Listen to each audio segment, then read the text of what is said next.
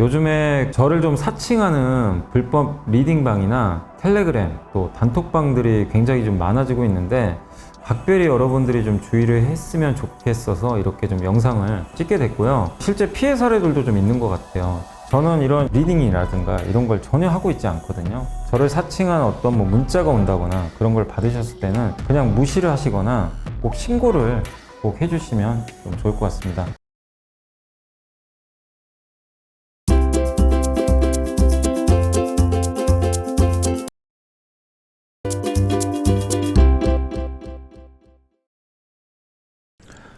네, 안녕하세요. 이베스트 투자증권 염승환 이사입니다. 2023년 7월 3일입니다. 오늘 시장 함께 읽기 시작하겠습니다. 네, 그래도 오늘 좀 장이 좀 괜찮았죠. 예, 오늘 시장 그동안 좀 6월 중순부터 조금 이제 지지부진했는데 시장이 다시 좀 살아나는 그런 느낌이고, 그래서 이 분위기가 좀 더 이어졌으면 좋겠고요. 그리고 영상에 또 많이 좀 댓글 달아주셔서 감사드리고, 제가 이제 함께 배우기 올려드린 것 중에 이제 지난주 토요일 날 이제 주요 정보들 좀 알려드렸잖아요. 블로그나 버틀러, 대학교 동아리, 텔레그램, 이런 것들이 워낙 많아요. 사실 이제 많아서 그게 오히려 노이즈가 될 수도 있어요. 너무 많으면. 그래서 제가 당부드리고 싶은 거는, 그래도 제가 이제 엄선해서 좀 괜찮다고 생각하는 분들, 물론 또 괜찮은 분도 많은데 다 할 수는 없다 보니까. 근데 그 중에서 여러분들이 어쨌든 한번 읽어보시고, 중요한 거는 모르면 하지 마세요, 제발. 어떤 글을 읽으시건 어떤 아이디어가 나왔거나 내가 이해가 안 되면 그냥 패스하는 겁니다. 아무리 좋아도 그냥 패스하는 거예요. 본인이 이해를 하고 투자하셔야 돼요. 그리고 더 중요한 건, 이건 이제 피터 케이님도 옛날에 하셨던 얘기인데, 그 중에서 그 많은 정보 중에 여러분이 이제 딱 생각했을 때 괜찮다고 싶은 아이디어를 몇 개만 딱 압축하셔야 돼요. 다 할 수는 없어요. 10개 좋다고 10개 어떻게 다 합니까? 그죠? 그러니까 또 한 가지 훈련하셔야 될 건 뭐냐면, 많은 정보 중에 내가 집중할 정보가 뭔지 이거 솎아내는 거예요. 그러니까 이제 필터링 하는 거죠.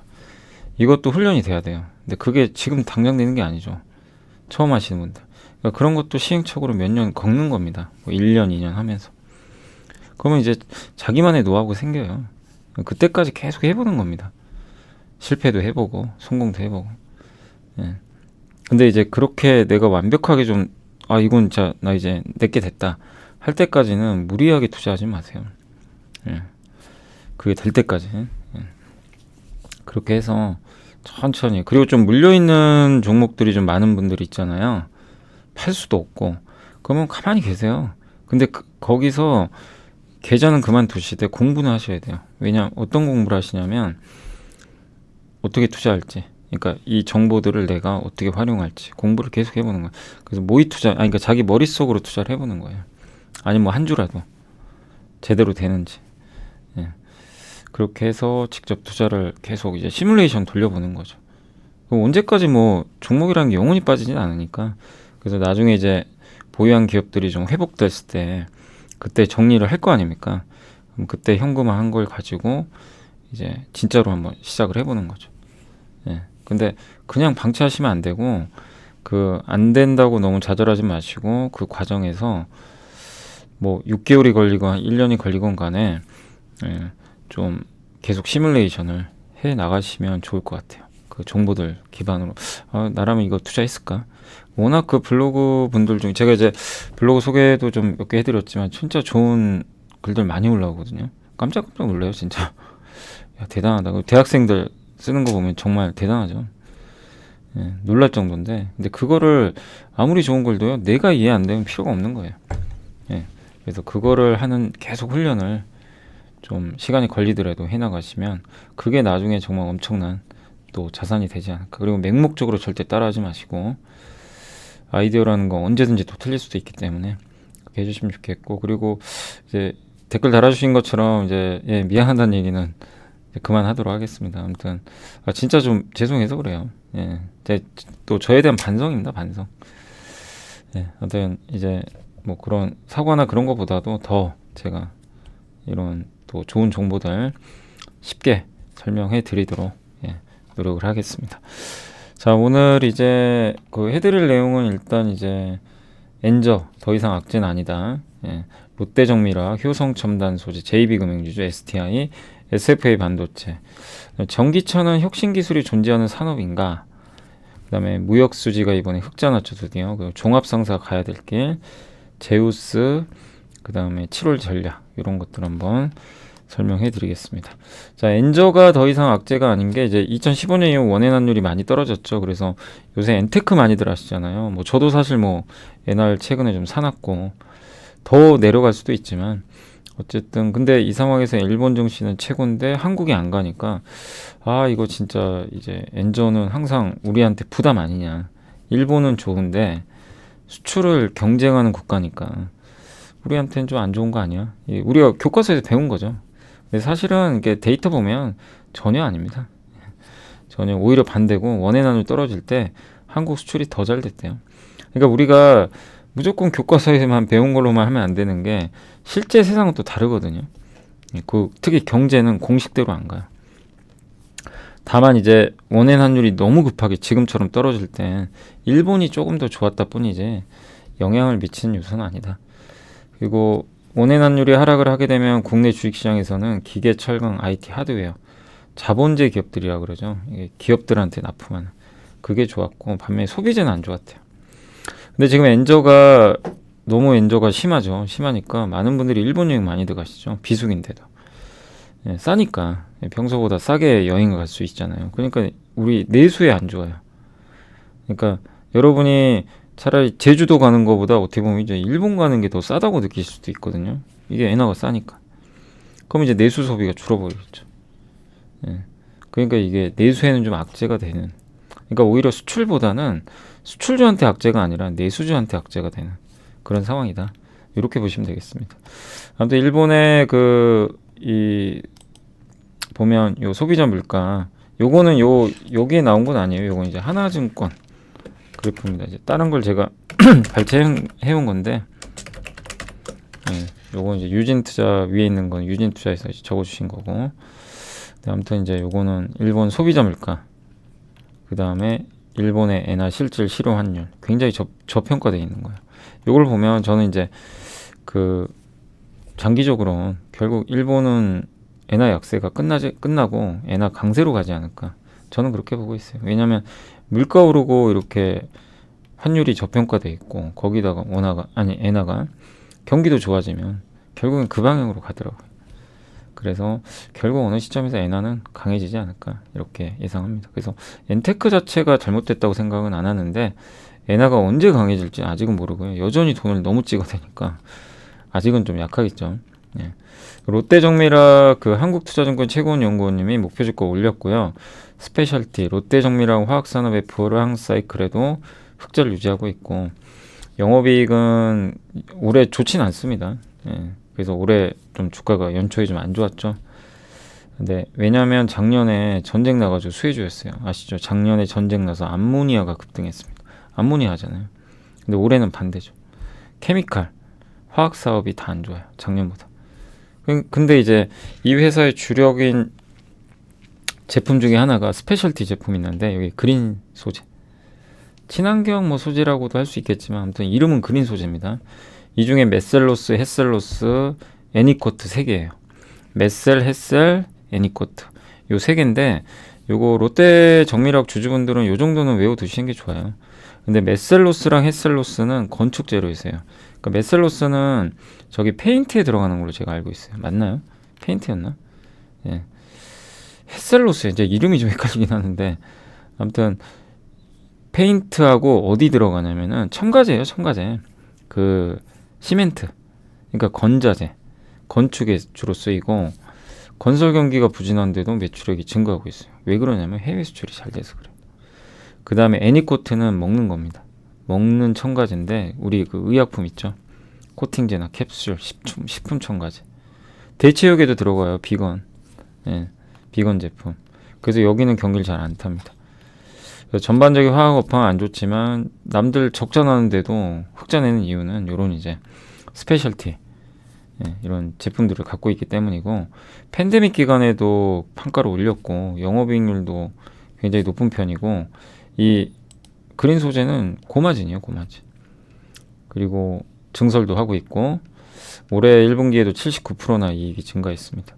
케미칼 부분도 바닥 지나가고, 그다음 그린 소재는 판가 인상하고 있고, 또 가성소다가 이제 케미칼 쪽인데 양극재에 쓰여요. 전구체 가성소다 전구체 만들 때. 암모니아는 좀 가격이 이제 작년보다 안 좋지만 어쨌든 수소와 같이 가는 에너지원이죠. 그리고 정부에서 이제 석탄 발전소는 그린 암모니아 혼합해서 하는 발전으로 바꾼다고 합니다. 그리고 롯데그룹이 조금 막 이렇게 신용등급도 막 떨어지고 좀 안 좋은 이슈들이 있었지만 그 안에서 제일 단단하죠. 그래서 여러모로 매력이 많습니다. 여기 암모니아가 이렇게 떨어졌다가 올해 이제 내년까지는 좀 돌아설 걸로 보고 있고, 암모니아 비중은 줄어드는데 다른 사업부가 좀 늘어난다, 이렇게 보시면 되겠고, 그린 소재가 파란색인데 영업이익률이 압도적입니다. 케미칼이 지금 요거밖에 안 돼요. 그러니까 이 회사가 그린 소재를 안 하면 매력이 없는 거죠. 근데 그린 소재 때문에 이제 매력이 생긴 거고, 회사에서도 내부자들이 굉장히 많이 샀었죠. 그리고 주력 제품 중에 하나가 ECH, 이게 에폭시 수지 원료로 알고 있는데 떨어졌지만 에폭시 수지 다시 한번 좀 반등하지 않을까 싶고, 또 국도화학이 요새 수혜를 많이 받고 있죠. 국도화학이 에폭시를 만드는데 미국의 경쟁사가 구조정 기억나세요? 그리고 인도가 요새 아주 난리가 아닙니다. 페인트, 에폭시가 페인트에 들어가잖아요. 가성소다 가격도 많이 떨어졌고, 그러니까 이런 것들 때문에 사실 주가가 안 좋았던 건데 바닥은 찍은 것 같고, 그린 소재 좋아지고. 이 메셀로스가 시멘트예요. 맞아. 제가 헷갈렸어요. 메셀로스가 시멘트 첨가제고 햇셀로스가 저기 페인트. 근데 인도가 요새 이 페인트 회사들이 진짜 많이 투자합니다. 그래서 지난주에 한번 기억하시죠? 이런 자료 하나 또 있었던 걸로. 그 다음 식의약용 그린 소재, 이런 거 알약 코팅하거나 이런 이제 비건 음식, 요게 커진다.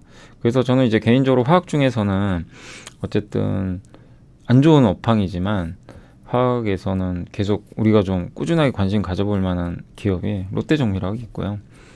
그 다음에 효성 첨단 소재, 그냥 국도화학은 이제 인도에서, 특히 요즘 인도가 뭐합니까? 인프라 투자 많이 해요. 페인트 수요가 그렇게 많다고 합니다. 인도 페인트 수요 확대 수혜, 미국 경쟁사 구조죠. 그 다음 TKG 휴캠스 아시죠? 새로운 이제 원재료 시장 진출. 그 2차 전지 뭐죠? 그 어떤 소재였죠? 제가 잠깐 기억이 안 나는데, 아무튼 이제 중국에서 분리막 소재였나요? 아니 분리막 소재 아니고 아라미드 섬유, 맞아요. 2차 전지가 아니고 TKG 홀딩 그 휴캠스는 제가 기억난 게 코오롱 인더가 만드는 그 아라미드 있잖아요. 특수 섬유 그 원재료를 중국에서 다 수입을 하는데 그 기술을 갖고 있다고 하더라고요. 근데 그걸 국산을 할지는 모르겠어요. 하게 되면 이제 수혜를 받는 거고. 그 다음에 또 SKC도 있죠. 파악해서 이제 2차 전지로. 그러니까 그런 이제 흔히 스페셜티 기업들에 대해서는 꾸준히 좀 관심을 가져볼 필요는 있는데, 제가 롯데정밀학을 그래도 조금 긍정적으로 보는 거는 어쨌든 싸요. 저밸류입니다. 그게 좀 매력인 것 같습니다.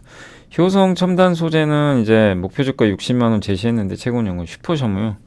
아시죠? 이제 타이어 코드는 이제 타이어에 들어간 첨가제인데 이거 안 좋아요. 지금 아직까지는. 왜냐하면 교체용 타이어 시장이 별로 안 좋아요. 근데 좀 바닥은 찍은 거 아니냐, 이렇게 보고 있고, 핵심은 이제 탄소 섬유. 고온 고압에 강하고 강도 대비 질량이 낮아 자동차 경량화 소재부터 태양광 단열재, 풍력 플레이트, 수소 저장 용기 이런 데 많이 들어가죠. 방산과 항공우주까지 고부가 산업에서 수요가 구조적으로 증가하고 있는 거 많이 알고, 주로 방산과 항공우주에 많이 쓰여요.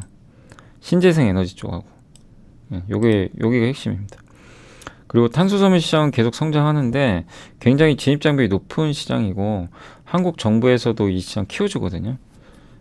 그래서 2030년에는 100조 원 정도 상회할 것 같고, 탄소복합재를 제2의 철강산업으로 육성한다고 합니다. 여기서 핵심 사업자는 누굽니까? 효성 첨단 소재죠. 그리고 이 강도가 높은 T300, TP700, T1000급까지 초고강도 제품까지 개발 완료를 끝냈고요. 개발을.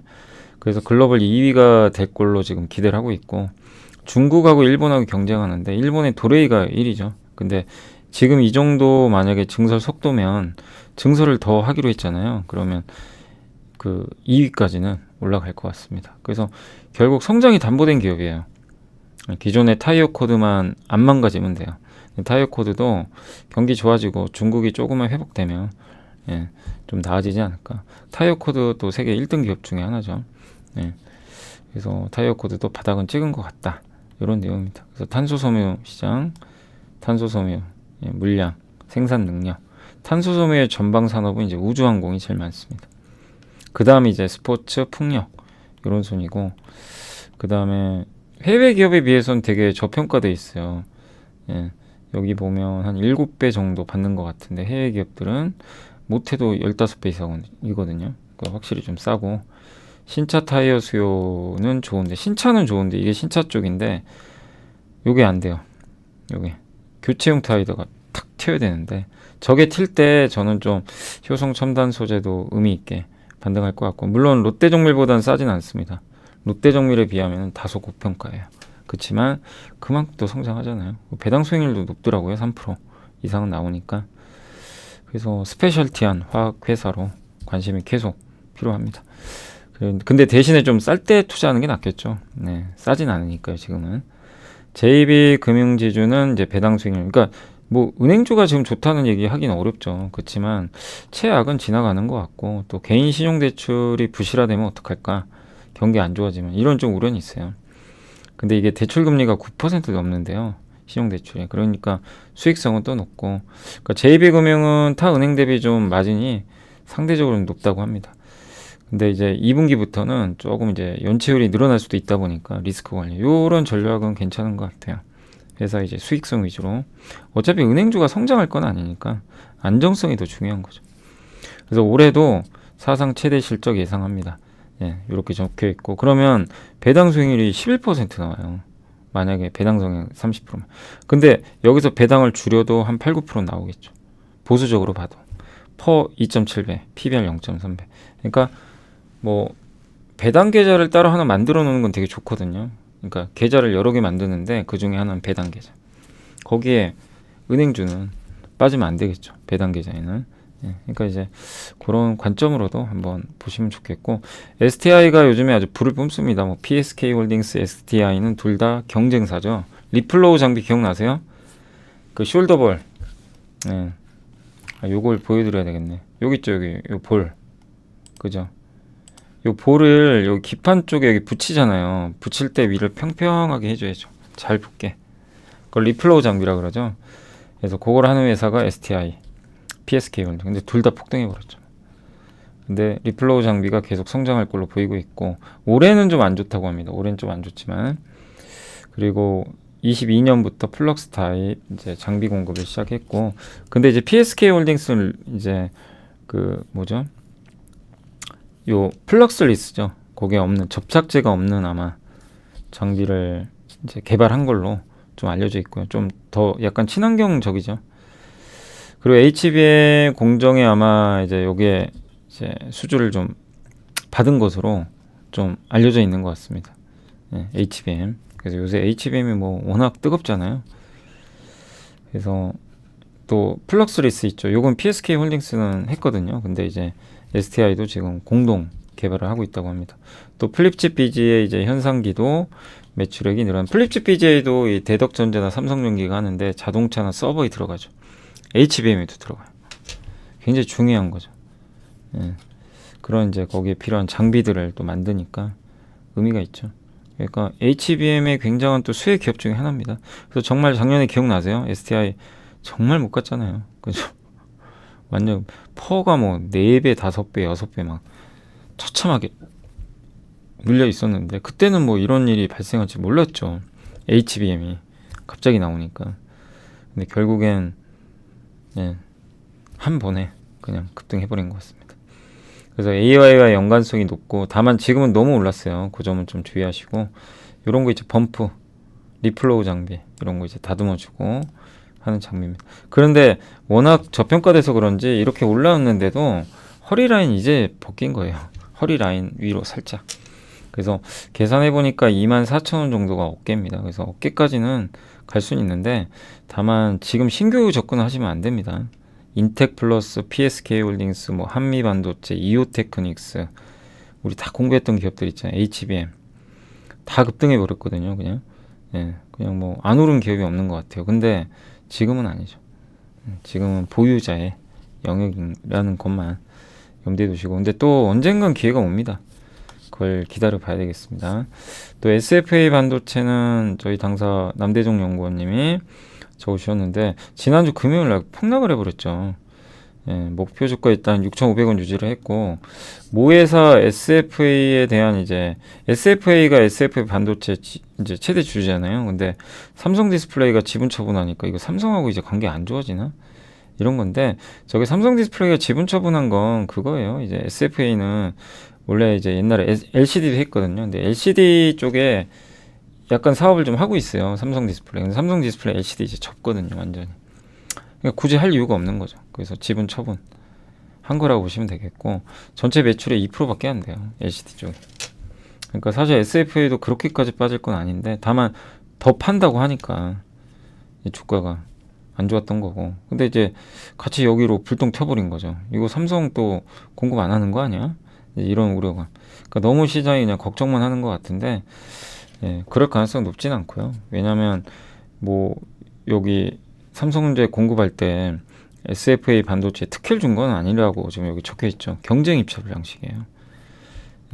그리고 재무 구조도 많이 좋아졌기 때문에, 그리고 후공정 투자 많아지니까 너무 그렇게 그 부분에 대해서 우려하지 말자, 이렇게 좀 보시면 좋을 것 같고, 밸류도 지금 PBR이 지금 역사적 밴드 평균보다 좀 낮다. 그래서 지금 주가 하락은 좀 과도한 것 같다, 이런 내용이니까 참고하시면 되겠고, 근데 시장은 좀 불확실성 싫어하니까 그래요. 저렇게 되면 어떡하지? 근데 정확히 알 방법은 없어요. 회사도 정확히 알 수는 없지만, 근데 너무 이런 것 때문에 LCD 사업 접으면서 이 지분을 처분한 거 가지고 너무 극단적으로 생각할 필요는 없고, SFA도 결국엔 2차 전지 하거든요. 이제 핵심은 2차 전지 장비 쪽으로 많이 가 있죠. 그래서 너무 과도하게 우려할 필요는 없지 않나라는 그런 생각이 듭니다. 자, 그리고 이제 전기차는 혁신 기술이 존재하는 산업인가, 전기차는 혁신을 가져올 수 있는 분야일까, 한번 들어보세요. 생산성 혁신을 측정하는 도구는 고용과 물가거든요. 고용이 늘어요. 어떤 산업이 태동을 했는데 당연히 처음엔 고용 늘겠죠. 옛날 자동차도 그랬잖아요. 그럼 가치가 창출되는 거죠. 그죠? 고용이 늘어나니까. 그리고 물가를 낮게 유지하면 생산성이 그 혁명이 일어납니다. 그러니까 물가까지 낮게 일어나면 비용을 줄여준다는 거예요. 그죠? 그래서 생산성 혁명은 이 공급 곡선을 이쪽으로 우측시켜서 생산이 늘어나도 물가가 낮은 수준을 유지하는데, 이렇게 되면 수요가 늘면 보통 가격 오르잖아요. 가격이 하락하는 마법이 나온대요. 근데 과거 아마존이 그랬죠. 아마존이 생산성 혁명을 일으킨 거죠. 왜? 물가를 낮췄으니까. 아마존 기억하시죠? 아마존의 모바일 쇼핑 어떻게 됐습니까? 정말 가격을 낮게 팔아버렸잖아요. 그런 것도 생산성 혁명이라고 봐야 되겠죠. 그러니까 테슬라가 가격이 난 거 똑같다고 보는 거예요. 그 처음에 가격이 날 때 이제 폄하했죠. 야, 이제 테슬라도 별 볼 일 없다. 저게 뭐 명품이니 어쩌니 하더니 이제 테슬라도 별 볼 일 없는 거 아니냐 막 이랬죠. 막 조롱도 받았고 주가도 많이 빠졌는데, 결론은 뭐죠? 다시 주가는 2배 올랐고, 지금 테슬라는 오늘 발표된 거 보니까 역대 최대 판매량을 기록했습니다. 인도했죠. 고객들 인도하는 인도 대수가 오늘, 그래서 2차 전지가 좀 강해요. 그러니까 판매가를 낮춰서 어쨌든 생산성 혁명을 일으킨 게 증명이 됐어요. 가격 인하를 통해서. 안녕하세요. 이베스트 투자증권의 염승환 이사입니다. 계좌를 신규 개설한 고객님께 요약집 주식 상품권 $10를 드리는 이벤트를 진행합니다. 영상 하단 더 보기란을 통해 많은 참여 바랍니다. 그래서 빅테크 중에 오히려 가격 하락이 멈춘 산업은 성장주의 야성을 잇고 있고, 이 성장주들은요 기본적으로 이렇게 고용도 창출하지만 결국 계속 가격 인하를 통해서 수요를 계속 증가시킨대요.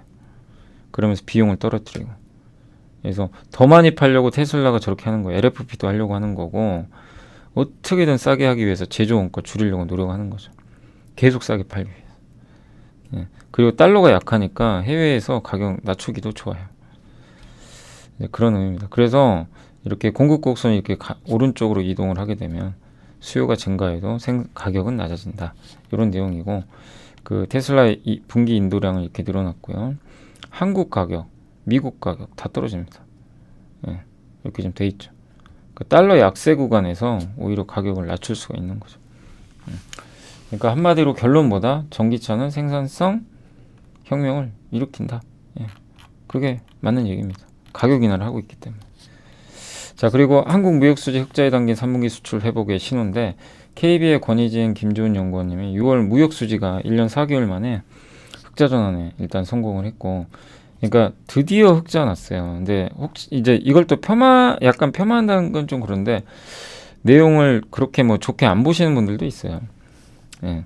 왜냐하면 이제 무역수지 흑자 난 게 수출이 잘 됐어야 되는데, 어떻게 보면 이제 에너지 수입이 감소해서 그런 거니까 아직도 수출 마이너스거든요. 보면 전년 동기 대비 마이너스 6이고 일평균으로 하면 더 안 좋아요. 마이너스 10. 예. 그러다 보니까 이걸 좋게 봐야 되는 거 맞냐. 예. 그래서 근데 어쨌든 수출, 그러니까 무역수지 흑자 뭐죠? 우리나라 기업들이 돈 번다는 얘기예요. 흑자. 수출은 매출이잖아요. 그죠? 수입은 비용. 그죠? 원자재 같은 거. 비용이 줄었다는 얘기예요. 작년에 우리나라 기업들을 괴롭혔던 게 뭐죠? 원자재 가격. 비용이 급증합니다. 근데 드디어 줄기 시작했어요. 비용이. 그럼 기업들한테는 플러스죠. 당연히 좋은 거예요. 흑자 한 거 자체는 마땅히 좋게 봐야 됩니다. 그리고 6월 수출 개선세가 KB증권의 전망보다 더 강하게 나타났대요. 수출도 저걸 나쁘게 볼 게 아니라 점점 방향은 좋아져요. 마이너스 폭이 줄어들거든요.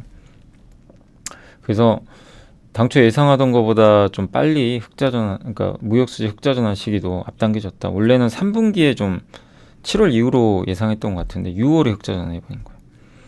근데 그렇게 된 배경 중에 하나가 자본재 수출, 선박 자동차 이게 워낙 잘 됐고, 기계도 특히 선박 수출이 직전 3개월 평균 대비 2배나 늘어났대요. 이제 비싸게 수주받은 것들을 이제 팔기 시작하는 거죠. 수주받았던 걸 건조해가지고 넘기는데 그게 이제 수출로 잡히잖아요. 그러니까 그만큼 마진도 늘어날 거고, 그러니까 조선이 좋을 수밖에 없는 거죠. 예. 그리고 자동차도 여전히 좋고 2차 전지 좋고, 일반 기계 미국 같은 데로 가겠죠. 여기도 8.1%. 대신에 그러면서 또 에너지는 가격이 떨어졌다. 예. 비용 부담 완화. 예. 그리고 IMF 이후로 이제 한국의 수출 장기 순환 사이클을 그려보면 현재 수출은 2분기가 거의 저점 아니냐, 이렇게 보고 있는 것 같습니다. 그리고 200여 개 미국 대기업 최고 경영자 협의체가 이제 비즈니스 라운드 테이블이라고 있는데, 여기서 분기별로 전망 지수를 발표한대요. 향후 6개월 자본 지출 늘리겠다고 답한 CEO 비중이 이미 저점을 지나서 이제 증가세라고 합니다. 그러니까 자본 지출 늘리겠다고 답한 건 뭐예요? CEO들이 우리 투자하겠다. 이렇게 하면 또 미국 경제가 또 도움이 되겠죠. 예, 그래서 지출 증가, 지출 감소 둘을 뺀 거예요. 그러니까 지출일 증가에서 지출 감소를 뺀 게 플러스면 지출 증가가 더 많다는 얘기잖아요. 근데 그동안 마이너스였대요. 5개 분기 동안. 5개 분기면 15달, 1년 3개월 동안. 근데 드디어 6개 분기 만에 플러스 전환. 그러니까 이제 늘리겠다고 답한 사람이 많아지고 있어요. 근데 결국 이 지표는 한국의 수출 중에 기계류 수출에 동행한다고 합니다. 그러면 설비 투자 전망이 개선되고 지출 증가해서 미국 쪽으로 기계 수출이 늘어나고 우리나라 이제 기계 산업도 더 좋아지는 거죠. 그죠? 결국 굴삭기, 뭐 전력기기 이런 기업들이 좋을 수밖에 없는 거예요. 이런 이제 지표들로. 그렇게 좀 생각하시면 좋겠습니다. 그래서 7월 이후 이제 반영될 반도체 수급 개선, 하반기엔 또 IT까지 좋아지니까 3분기도 무역수지 흑자 여건 충분하다. 그래서 이번에 나온 데이터는 내용으로 보면 좀 물론 아쉬운 부분도 있겠지만 방향성 면에서는 확실히 턴어라운드가 시작됐다라는 긍정적인 의미를 내포하고 있는 것 같습니다. 그래프 보셨다시피 무역수지 적자 개선 예상 넘어서 흑자 기록을 했고요. 일반 기계 수출과 미국 CEO의 자본 지출 전망도 드디어 돌아섰다. 네. 그리고 이제 KB증권의 또 하인한 연구원님이 종합상사 요새 시리즈별로 써주시는데, 종합상사 가야 될 길 중에 또 하나가 수익성 개선. 이건 뭐 저도 절대적으로 공감하는 게 일본의 종합상사가 변화가 본격화된 게 2013년부터인데 당시에 비자원 부분 하겠다. 막 그래서 막 편의점 막 그쪽에도 투자하고 비자원 부분, 그러니까 자원 개발보다는 그 가장 적극적이었던 회사가 그 이토츠 상사였대요. 2013년에 브랜드 뉴딜 통해 비자원 부분과 자원 부분을 비중을 비자원이 2고요. 자원이 1이에요. 2대1 비중으로 바꾼 거죠. 선언을 했고 실제 근데 그거 하고 나서 수익성이 좋아졌어요. 진짜. 그래서 원자재 가격에 연동한 그 이익 변동성이 종합상사 투자 어려운 게 원자재 가격이 막 이익이 왔다 갔다 하니까 원자재 가격 여러 번 맞출 수 있어요. 못 맞춥니다. 강세일 때는 좋은데 하락할 때 안 좋으니까. 이게 이런 인식 때문에 저도 사실 막 옛날에 뭐 종합상사 그렇게까지 막 관심을 갖기가 어려웠죠. 예측 자체가 워낙 어려우니까. 근데 한 번씩 실적 보고 이거 숫자 좋다. 근데 아쉬웠던 건 뭐죠? 실적 좋아서 팍 갔다가 다시 다 원위치 되죠. 참 어렵더라고요. 근데 이제는 좀 달라진다는 거죠. 특히 이제 일본 종합상사가 그걸 보여줬습니다. 자기자본 이익률하고 국제유가, 그러니까 ROE가 자기자본 이익률 10%면 100만 원 가지고 10만 원 번 거죠. WTI는 서부 텍사스산 중진료, 미국 국제유가라고 보시면 되겠고, 이걸 비교한 건데 옛날에는 국제유가 오를 때 이익률이 올라갔어요. 지금은 안 그래요. 지금은 오히려 유가 떨어져도 유지가 되고 있다고 합니다. 특히 이토츠 상사는 이 상관관계가 이제 0.27밖에 안 된대요. 그리고 한국에 대해서 이제 주목해야 될 거는 수익성 개선 여부인데 원자재 기업 트레이딩 사업의 낮은 마진율은 투자를 꺼리게 만들잖아요. 굉장히 마진이 낮아요. 그러니까 우리가 보통 영업이익률 높은 기업에 투자해야 됩니다. HPSP가 저렇게 좋았던 이유가 영업이익률이 거의 절반, 50% 가까이 되잖아요. 어마어마한 거죠. 예. 근데 이제 여기는 어쨌든 마진율이 너무 낮으니까 투자하기가 굉장히 이제 좀 답답한 거죠. 예. 근데 이거를 먼저 종합상사 일본 회사들이 극복을 했어요. 그래서 한국도 시작을 했다는 겁니다. 특히 먼저 지금 하고 있는 회사가 포스코인터인데 포스코인터가 훨씬 많이 올랐죠. LNG 사업에 성과 내고 에너지 사업에서 일단 돈을 많이 벌고 있는데 영업이익률이 꽤 높아요. 예, 옛날 사업보다. 그리고 LX인터는 아직은 석탄이 중요합니다. 그래서 이거를 LX인터는 어떻게 바꿀 것인지 물론 되게 저평가돼 있죠. 그래서 요새 막 주가 급등했죠. 최근에 배당도 많이 주고. 다만 LX인터가 장기적으로 좋으려면 니켈 사업 같은 거 있잖아요. 이거 인도네시아에서 그거 인수하려고 하는데 거기서 뭔가 확실히 나와줘야 돼요. 그러니까 그런 게 나오면 주가가 또 불을 뿜겠지만 이제 기다려보는 지금 구간이죠. 그러니까 LX인터는 지금 니켈이라든가 이런 그 소재 이런 쪽이나 아무튼 새로운 분야로 진출하는 모습들을 더 보여줘야 된다. 그런 숙제가 남아있는데 다만 석탄도 어쨌든 지금 쓰긴 써야 되거든요. 없앨 수는 없어요. 예, 여전히 신재생 에너지만 갖고 못하니까. 근데 영원할 수는 없으니까 얼마나 다른 사업으로 잘 전환하는지 그걸 지켜보시면 좋겠습니다. 이게 일본의 이토츠 상사인데 검은색이 국제유가거든요. 떨어질 때 파란색이 ROE예요. 자기자본이익률 안 떨어지죠. 옛날엔 거의 똑같이 갔어요. 예. 그만큼 잘 버티고 포스코인터의 영업이익률은 에너지가 10%가 넘어갑니다. 반면에 글로벌 사업, 무역 이건 너무 낮죠. 이게 어쩔 수 없어요. 종합상사는 낮을 수밖에 없는 거죠.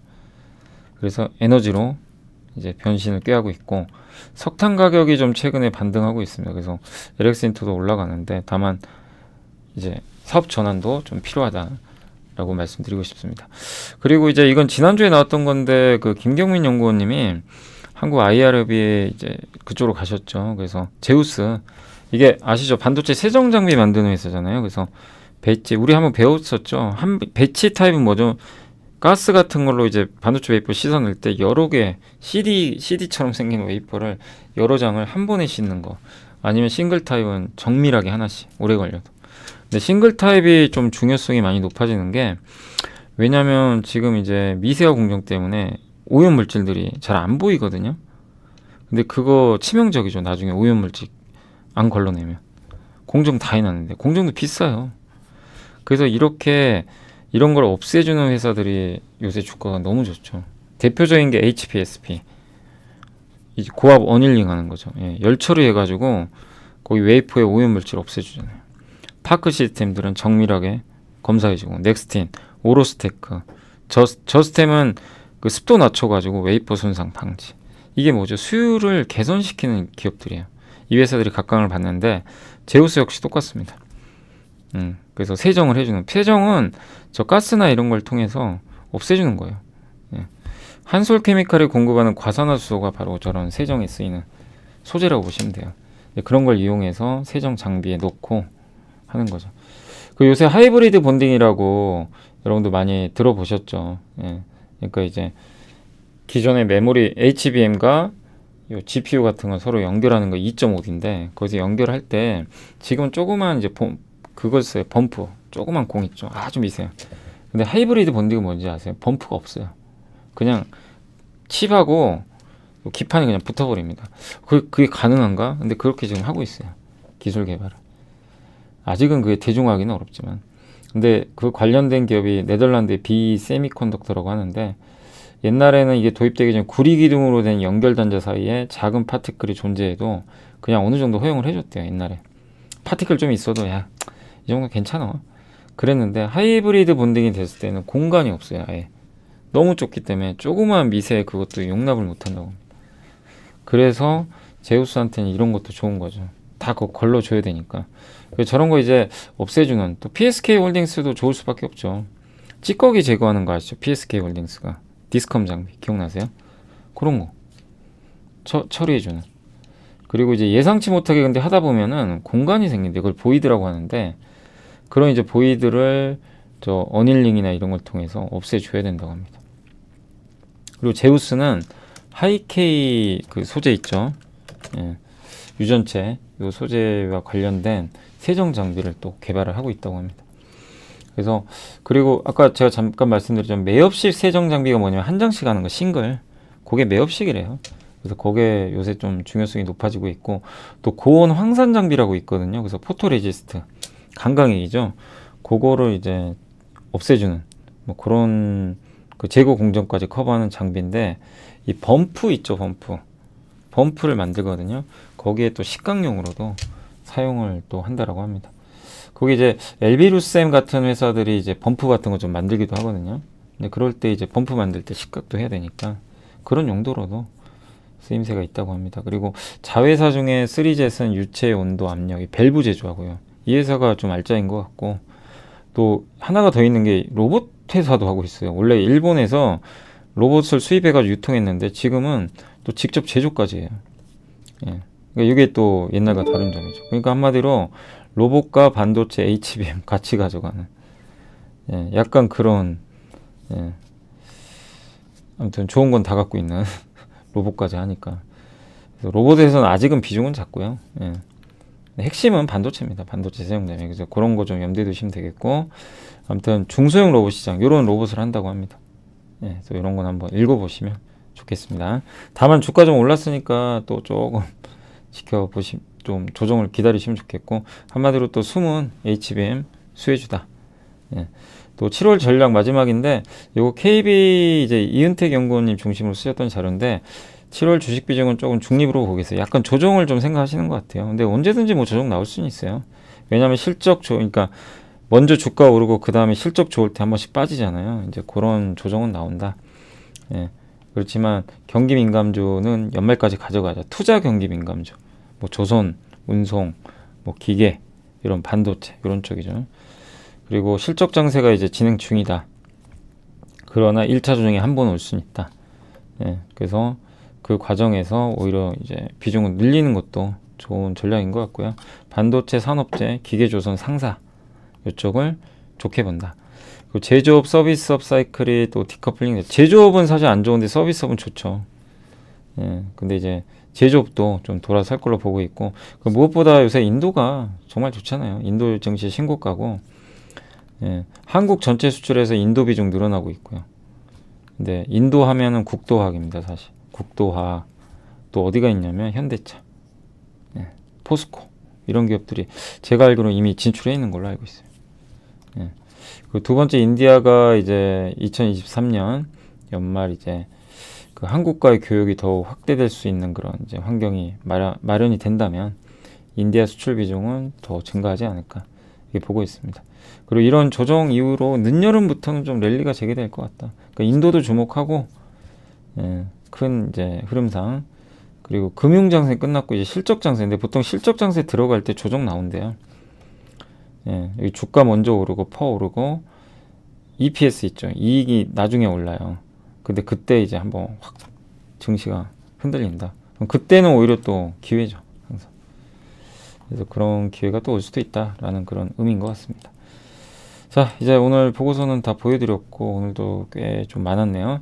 자, 그리고 전자공시 한번 이제 지난 이제 6월 30일 날 있었던 것 중에는 CIS 있죠. 2차 전지 전국 공정. 요거 좀 공시가 좀 있었고요. CIS는 뭐죠? 2차 전지. 전국 양극 음극 만드는 아변 장비였나 이렇게 쫙 이렇게 눌러주는 거. 그거 전문 분야로 알려져 있고 DYPNF 아시죠? S-오일이 국내인가요? 여기 샤인 프로젝트 이게 그 석유화학 공장 짓는 거예요. 원유를 가지고 석유화학으로 그거 하는데 거기에 이제 들어가는 설비 주가 정말 많이 빠졌죠. 그 라더견 그 사태 이후로 그 SG 증권에서 반대매매 나오죠. 그때 한번 설명드렸잖아요. 근데 여전히 수준은 잘하고 있고 아마 이게 현대 엔지니어링이 들어가는 것 같습니다. 현대 엔지니어링 통해서 S-오일 쪽으로. 그리고 기업은행은 쿠콘 있죠. 쿠콘 아시죠? 요거 지분 3% 유증에 참여했다고 하더라고요. 자, 그리고 이제 내부자 매수는 그 동서 요새 동서 김종희 부사장님도 계속 좀 주식 사시는 것 같고 LX 하우시스 진짜 많이 갔죠. 우리가 이 내부자 매수로 한번 발견을 했었는데 LX 하우시스도 지금 다시 또 여기 이대욱 상무님이 또 이렇게 많이 올랐는데도 꾸준하게 매수하고 있다라는 거 참고해 주시면 좋을 것 같습니다. 자, 이제 제가 아직 장은 한 5분 남았는데 이제 동시효과 들어가서 뭐 사실 끝났고요. 제가 오늘 지금 한 3시 35분엔 지금 나가야 돼가지고 바로 그냥 시작할게요. 오늘 주식시장은 급등했습니다. 그냥 급등이라고 표현을 해야 될 것 같고요. 그동안 내내 빠지다가 오늘 한 번에 들어 올려 버렸습니다. 그래서 오늘 분위기 좋았고 코스닥도 급등했고요. 오히려 코스닥이 훨씬 좋았죠. 2.3%. 물론 이제 오늘 코스닥은 에코프로가 큰 역할을 좀 해줬고 코스피도 고르게 좀 반등을 좀 해줬습니다. 그래서 오늘 이제 외국인들이 한 500억 정도 팔았지만 기관이 정말 오늘 금융투자가 정말 어마어마한 매수를 단행했고 연기금은 계속 팔 것 같고요. 그래서 오늘 이제 개인 외국인 파는 가운데 근데 그럼에도 외국인은 전기전자는 샀습니다. 철강조하고 반면에 기관은 뭐 전기전자, 금융 거의 전업종, 의류 쪽 빼고는 다 산 것 같아요. 그리고 오늘 섹터 쪽으로는 오늘 2차 전지 오늘 특히 삼성 SDI가 그동안 조용했잖아요. 근데 드디어 삼성 SDI가 열받은 것 같아요. 야 나도 2차 전지거든. 근데 왜 오늘 올랐냐면 제가 생각하기로는 기사가 있었는데 전고체 배터리 시험 생산한다고 합니다. 올해 이제 가동 들어가나 봐요. 그러니까 대량 양산은 27년입니다. 그거 만들어서 바로 적용되는 건 아니고 다만 실험실에서 만들던 걸 이제 진짜 공장에서 만들어 보는 거예요. 그 정도까지 올라오면 대단한 거죠.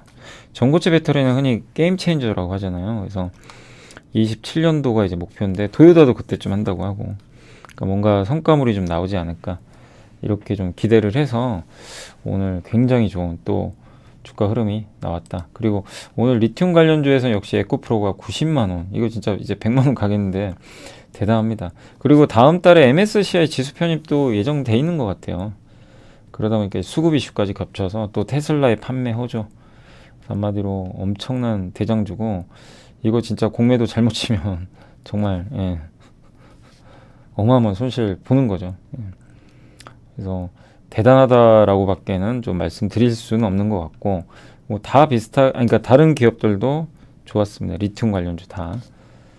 그다음에 반도체도 뭐 못지않게 좋았고 오늘은 뭐 신성이엔지가 날라갔고요. 오로스테크, PSK 홀딩스. 그러니까 이 잘 가는 기업들 함부로 막 중간에 비중 줄이면 안 되는 거 아시겠죠? 그냥 붙으면 계속. 근데 조심은 해야 돼요. 언제든지 빠질 수 있어요. 제가 이제 사실은 이게 인텍플러스도 근데 이렇게 가나요? 너무 좀 겁나는데요. 2차 전지도 좀 천천히 가길 사실 좀 바랬는데 예. 그래야 이제 많은 분들이 또 투자하실 수가 있을 것 같긴 한데, 예. 뭐 지금은 어쩔 수 없습니다. STI도 같고, 한마디로 HBM 관련주가 너무나 뜨겁고요. 예. 오늘은 좀 네페스아크만 좀 안 좋았네요. 그리고 인터넷주들이 오늘 진짜 오랜만에 좋았어요. 네이버, 카카오. 예. 그동안 못 가다가. 그다음에 그러니까 오늘 한마디로 반도체하고 2차전지 날이에요. 둘이 급등하니 뭐 지수가 안 오를 수가 없죠. 폐배터리 관련주도 오늘 좀 괜찮았습니다. 일부 기업, 코스모화학, 포스코홀딩스도 다시 40만 원을 좀 오늘 넘어간 것 같습니다. 그리고 오늘 이제 태양광 쪽도 신성ENG가 아마 삼성 SDI 뭐 이슈가 있었던 걸로 제가 기억하고요. OCI도 괜찮습니다. 그때도 OCI 많이 물어보셨는데 그 부분은 유효해요. 이게 반도체 기업이에요, 이제. 그리고 지주사 전환해야 되잖아요, OCI 홀딩스가. 그러면 이 회사 주가 올라가는 게 유리합니다, 사실. 예. 근데 이 회사가 이제 어디죠? 코스피 200에서 이건 빠져나가거든요. 그러니까 약간 수급 악재가 있었어요. 줄여야 되는. 이제 그게 좀 끝나면서 이제 다시 좀 올라가는 것 같습니다. 그래서 장기적으로 괜찮다고 저는 보고 있어요. 그리고 오늘 나노신소재, LS엘렉트릭도 좋았던 것 같고, 낸드 쪽도 오늘 좋았죠. 예, 다 괜찮았던 것 같습니다. 한양ENG가 오랜만에 올랐네요. 네. 그리고 PCB도 좀 좋았고, 오늘 이수페타시스 한마디로 그냥 다 그쪽입니다. 그쪽. 예, HBM 관련주들. 전기차도 오늘 좋았습니다. 예. 자, 그래서 오늘은 뭐 많은 기업들이 이렇게 올라갔고, OLED도 좀 올라갔나요? 예, OLED도 오늘은 덕산 테코피아, 그다음에 벳셀 이런 기업들이 올랐고, 반면에 오늘 이제 빠진 기업들도 있습니다. 자전거 업체, 글쎄요, 뭐 바이오시밀러 조금 안 좋았고, 셀트리온이 조금 부진하더라고요. 해운주 좀 부진했고, 네. 그리고 카지노 회사들도 약간 부진했습니다. GKL 토비스는 오늘 좀 부진했고, 그리고 또 파라다이스는 또 올랐네요. 네. 그래서 요 정도 좀 빠졌고 대부분은 다 견조했다라고 말씀을 드리겠습니다. 그래서 오늘은 뭐 많은 기업들이 어쨌든 올랐어요. 뭐 약간의 상승률 차이는 있겠지만 많은 기업들의 주가가 오늘 견조했다라고 좀 말씀을 드리겠습니다. 오늘 일단 이제 삼성전자가 조금 아쉽긴 하지만 그래도 삼성전자도 이제 73,000원 향해서 가고 있고, 2차전지 뜨거웠고요. 그 다음에 에코프로가 뭐 오늘 단연 뭐 최고의 주식입니다, 오늘은. 그래서 2차전지를 이끌어줬고, 자동차는 좀 쉬어갔습니다, 오늘. 그리고 이노베이션도 조금 이제 진정됐고, LNF, 메리츠금융, 카카오페이, SK스퀘어가 좋았고요. 삼성 엔지니어링도 좀 최근에 부진함 딛고 올라서고 있고, 오늘은 저 음식료 좋았어요. 제일제당하고 아까 보니까 그 삼양식품이 수출이 잘 된 것 같더라고요. 그래서 제일제당, 뭐 음식료 이런 삼양식품 라면주들도 괜찮았던 것 같습니다. 그리고 셀트리온 쪽은 좀 안 좋았고, 포스코 DX, 케어제는 이제 이것도 굉장히 많이 올랐던 기업인데 오늘은 좀 8% 빠졌고요. 만두가 좀 조정받았고, 만두 아무래도 이제 최근에 좀 좋았죠. 근데 오늘은 자동차 좀 약했습니다. 그리고 GS 리테일도 좀 올라왔고, 예. 그리고 요새 리노공업도 많이 올라왔어요. 그때 한번 확 빠졌다가 많이 회복이 되고 있습니다. 솔브레인도 조금씩 올라가고 있고요. 예. 루닛은 이제 지난주에 급락했다가 대반등하고 있습니다. 사마알미늄 뭐 2차전지 쪽이죠. 예. 그리고 오늘 아침에 엔터주들은 좀 안 좋았는데 그래도 오후엔 조금 회복이 되려고 했고요. 코오롱인더도 요새 좋죠. 그리고 이오테크닉스 벌써 12만원 근처까지 왔어요. 이게 거의 6만원 했었잖아요. 기억나세요? 얼마 전에 6만원이었어요. 예, 한 몇 달 전에. 벌써 이제 2배 가까이 올라왔고, 레이크 머티리얼즈 여전히 좋습니다. PNT, 명신산업, 뭐, 예, 카나리 바이오는 잘 모르겠네요. ISC가 6만원 같습니다.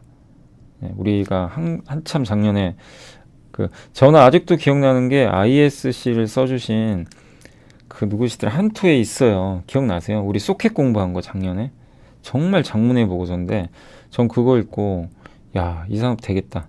제가 사실 방송에서는 뭐, 추천을 하긴 좀 어려우니까 이제 와서 좀 다시 한번 말씀드리면 그거 딱 읽자 맞아요. 예, 저 개인적으로 제가 투자하고 싶더라고요. 예, 근데 못 하잖아요, 저는. 예, 그러니까 뭐 임금님기는 당나귀기라고 그냥 혼자 외치고 다닐 수밖에 없는. 예, 아시죠? 예. 그래 아마 기분 아시. 근데 이게 보고서나 이런 거 읽다 보면은 이건 진짜 된다는 게 일단 보일 때가 있어요. 되겠더라고. 근데 그때 한참 안 갔어요. 그때 공부하고 보고서 보고 저도 한번 소개도 해드리고 했는데 몇 달 안 갔죠. 왔다 갔다만 하다가. 근데 거의 2배 갔죠 이제. 예. 그러니까 우리가 참 저는 애널리스트 보고서가 좀 유료화 안 됐으면 좋겠는데 뭐 유료화 얘기도 나오긴 하는데 어쨌든 그런 보고서들은 어쨌든 구해서 읽어봐야 돼요. 지금 당장 성과 안 나더라도. 예. 그러니까 애널리스트 보고서를 에이 뭐 저거 맞지도 않아. 아니, 안 맞는 경우도 있겠죠. 그러니까 제가 말씀드리면 여러분이 활용하기 나름이라니까요. 왜 도구를 그런 수많은 정보들이 있죠. 제가 함께 배우기도 이제 올려드렸지만 어마어마한 정보들이 있어요. 거기에 진짜 숨은 보석들이 숨겨져 있습니다. 그걸 찾는 게 여러분의 능력이에요. 거기서 승패가 갈려. 아니 여러분들이 어디서 아이디어를 얻을 겁니까? 그죠? 그냥 가만히 있다고 아이디어 얻는 게 아니잖아요. 예. 뭔가를 주입을 해야 돼요. 인풋이 있어야 되는데 그 인풋의 도구는 되게 많습니다. 그러니까 보고서도 좋고 신문도 좋고 뭐 유튜브도 좋아요. 유튜브에서 보다 보면 내가 몰랐던 정보들을 얘기해 주시는 분들도 있어요. 예. 아 그리고 제가 그분을 안 보여드렸는데 아 잠깐만요. 아 여기 그 최신 특허 팁이라고 그 이분도 지금 구독자 한 1만 명 되시는데 예, 한번 이분 거 저도 이분 거 자주 보거든요. 여기 보면 뭐 퓨런티어 이분이 추천하는 게 아니고 그 변리사세요. 그러니까 이런 기술 특허를 되게 잘하세요. 예, 그러니까 저도 이제 프론티어 이번에 또 한번 더 봤거든요. 예, 아 이런 특허가 있구나. 여기 뭐 보면 도전제도 있고. 예, 그러니까 저도 도움을 되게 많이 받는 채널. 기술 쪽에 관련된 전문가시잖아요. 그러니까 이런 분들이 여러분한테 도움 돼요. 제가 아 이분을 못 넣었어요 그때 함께 배우기 시간에. 유튜브 채널은 제가 이게 그 소개를 안 해드리는 바람에 아무튼 여기 변리사이신 최신 특허 TV 이 부분도 한번 이렇게 한번 보시는 것도 특히 IT 좋아하시는 분들 있죠. 2차 전지, 기계, 로봇 이런 분들한테는 좀 도움되지 않을까. 그래서 결론적으로 말씀드리면 저런 정보를 여러분이 이제 요리를 하셔야 됩니다. 여러분 걸로 만드는 게 여러분의 숙제고 꾸준히 하는 수밖에 없어요. 네, 그게 될 때까지 필터링하는 거, 그 연습을 꾸준히 해나가시기 바랍니다. 그리고 기본적으로는 기업 분석도 할 줄 알아야 되니까 계속 기업 사업 보고서도 보시고 예, 하시면 좋을 것 같습니다. 자 오늘 영상 여기서 마치도록 하겠고요. 저는 내일 또 뵙겠습니다. 감사합니다.